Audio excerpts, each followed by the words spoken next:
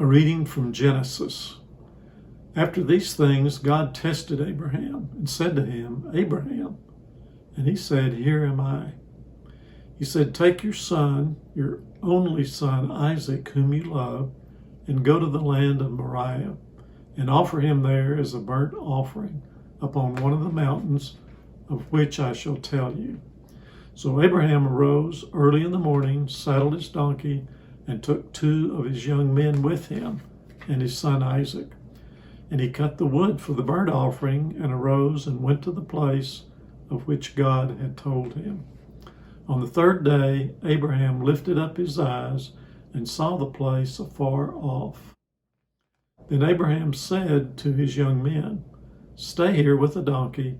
I and the lad will go yonder and worship and come again to you. And Abraham took the wood of the burnt offering and laid it on Isaac his son, and he took his hand the fire and the knife. So they went both of them together. Isaac said to his father Abraham, My father. And he said, Here am I, my son. He said, Behold, the fire and the wood, but where is the lamb for the burnt offering? Abraham said, God himself will provide the lamb for the burnt offering, my son. So they went both of them together.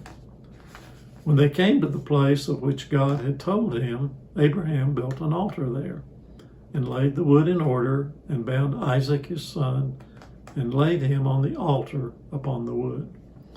Then Abraham put forth his hand, and took the knife to slay his son. But the angel of the Lord called him from heaven and said, Abraham, Abraham. And he said, Here am I. He said, Do not lay your hand on the lad or do anything to him. For now I know that you fear God, seeing you have not withheld your son, your only son, from me. And Abraham lifted up his eyes and looked, and behold, behind him was a ram, caught in the thicket by his horns. And Abraham went and took the ram and offered it up as a burnt offering instead of his son. So Abraham called the name of that place, The Lord Will Provide. As it is said to this day, On the mount of the Lord it shall be provided. We call him Father Abraham, and he is the father of the 3 Abrahamic religions, Judaism, Christianity, and Islam. All 3 issue from Abraham, although the first and the last by issue of blood as well. Judaism through Isaac, and Islam through Ishmael. Christianity is the offspring of Abraham by faith alone.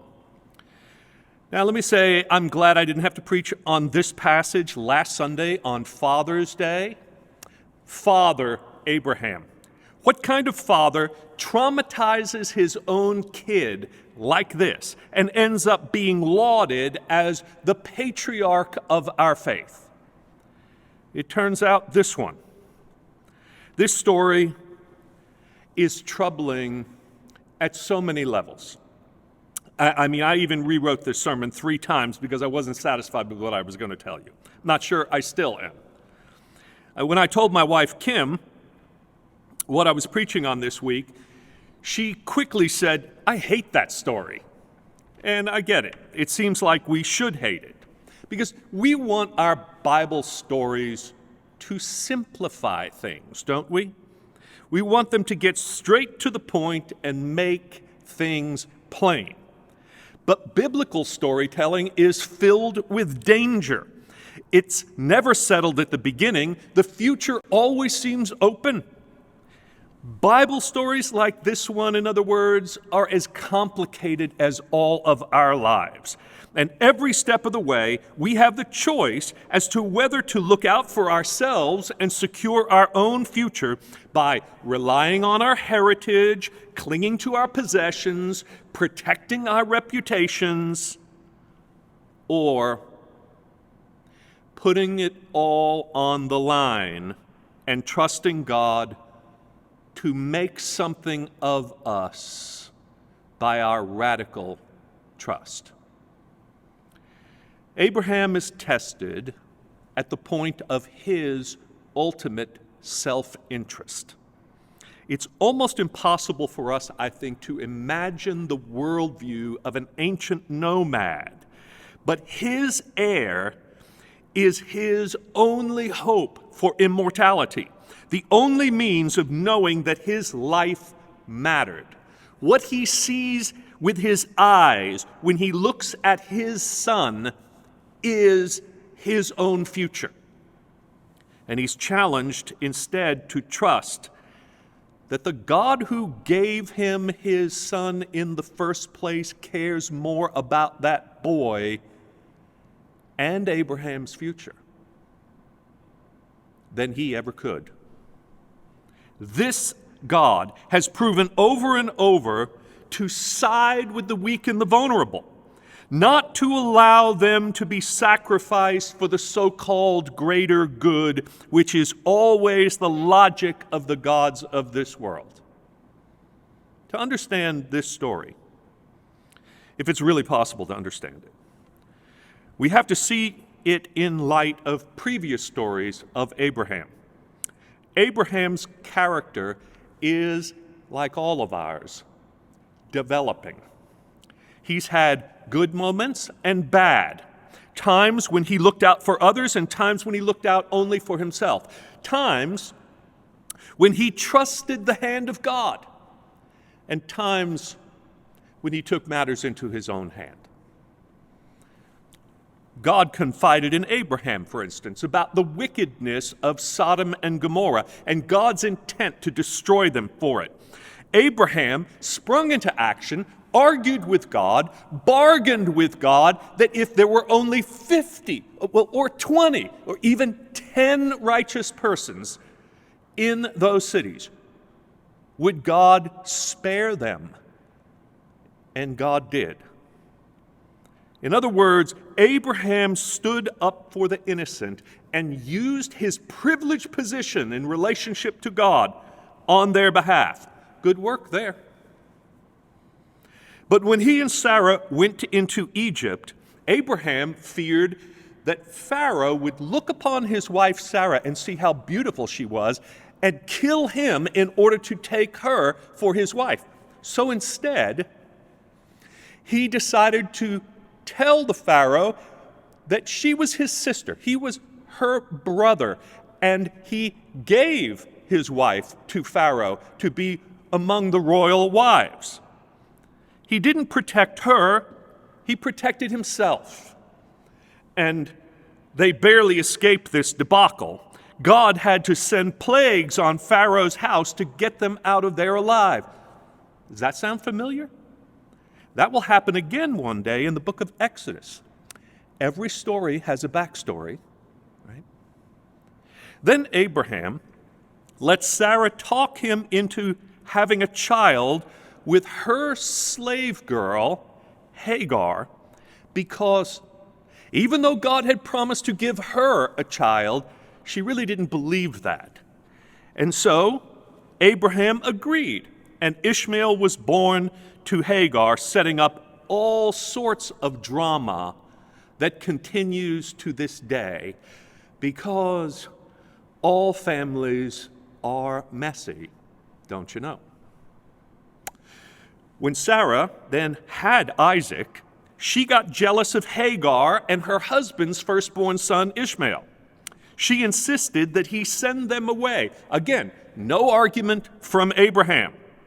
He argues for innocence he doesn't even know in Sodom, and he won't stand up for his own innocent child here.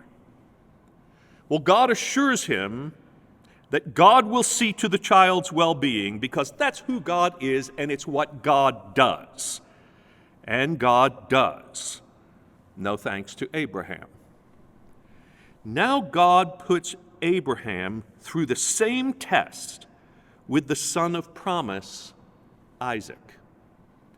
It's poetic justice, I think. Abraham is being hoisted on his own petard, Abraham will see how it feels, how it felt for Hagar and Ishmael. God sends them now into the wilderness and puts the life of his son and Abraham's whole immortality at risk. How would Abraham react this time? Well, he obeys. But is it blind obedience? Is that what faith is? No.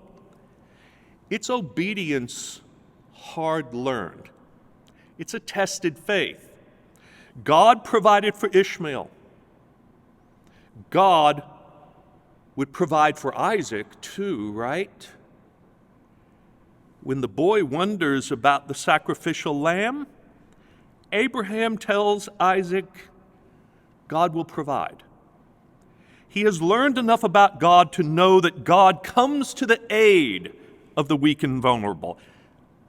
But not yet. He won't know for sure until God does.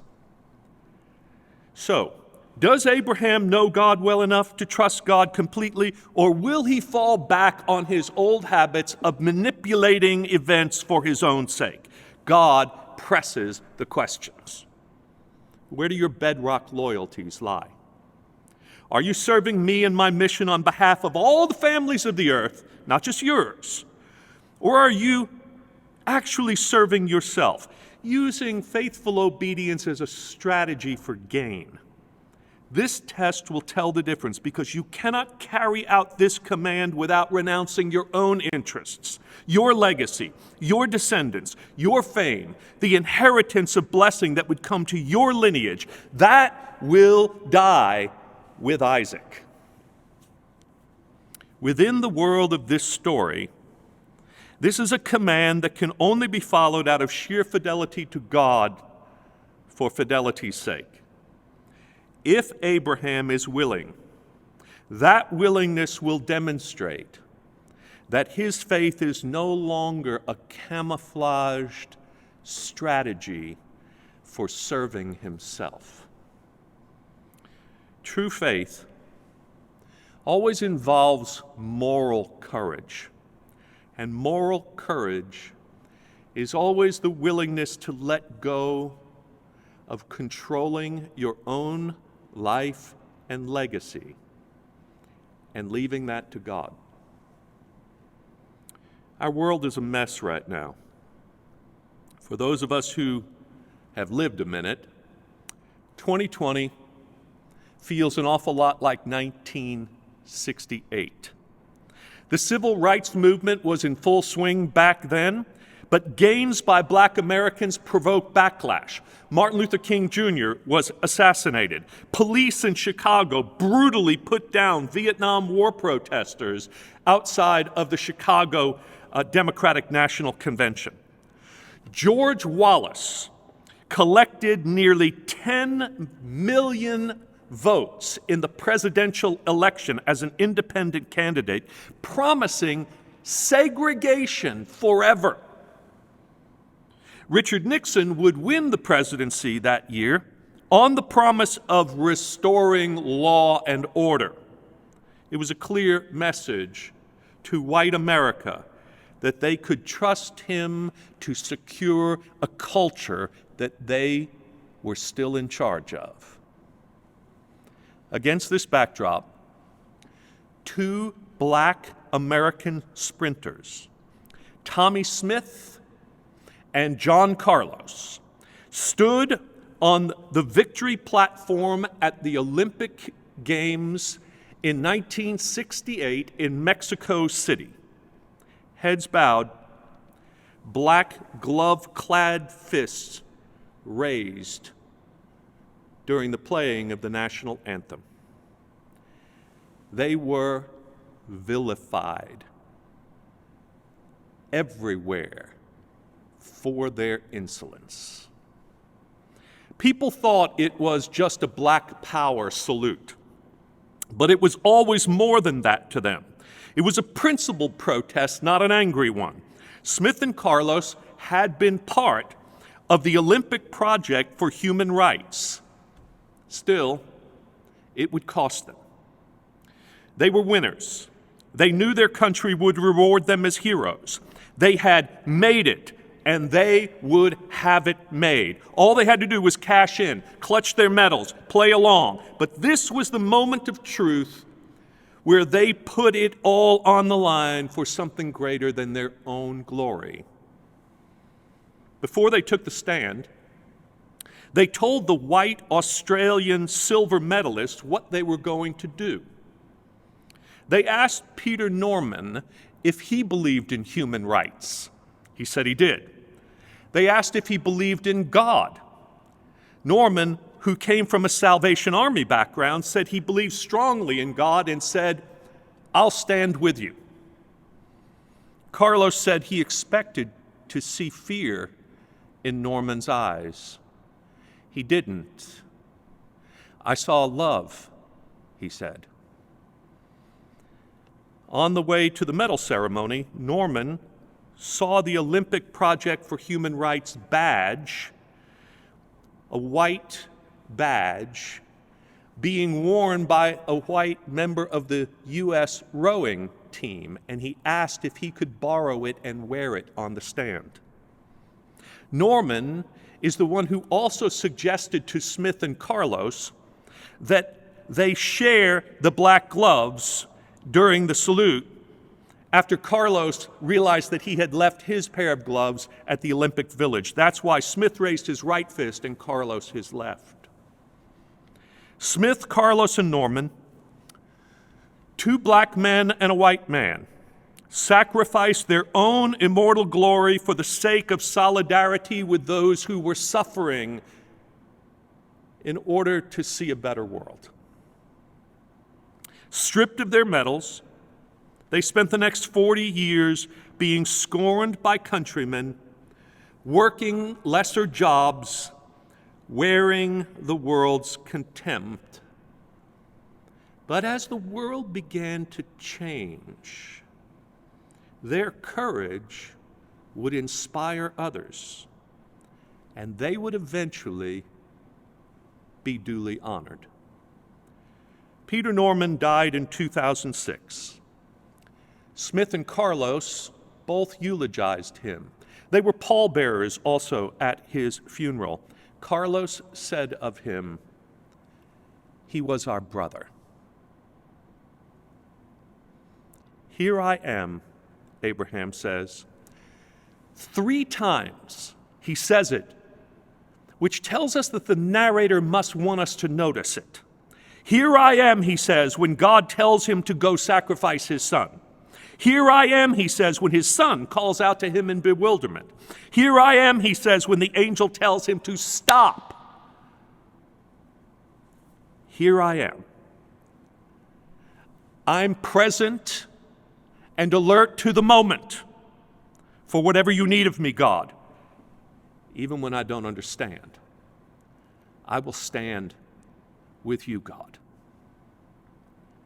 Here we are, church.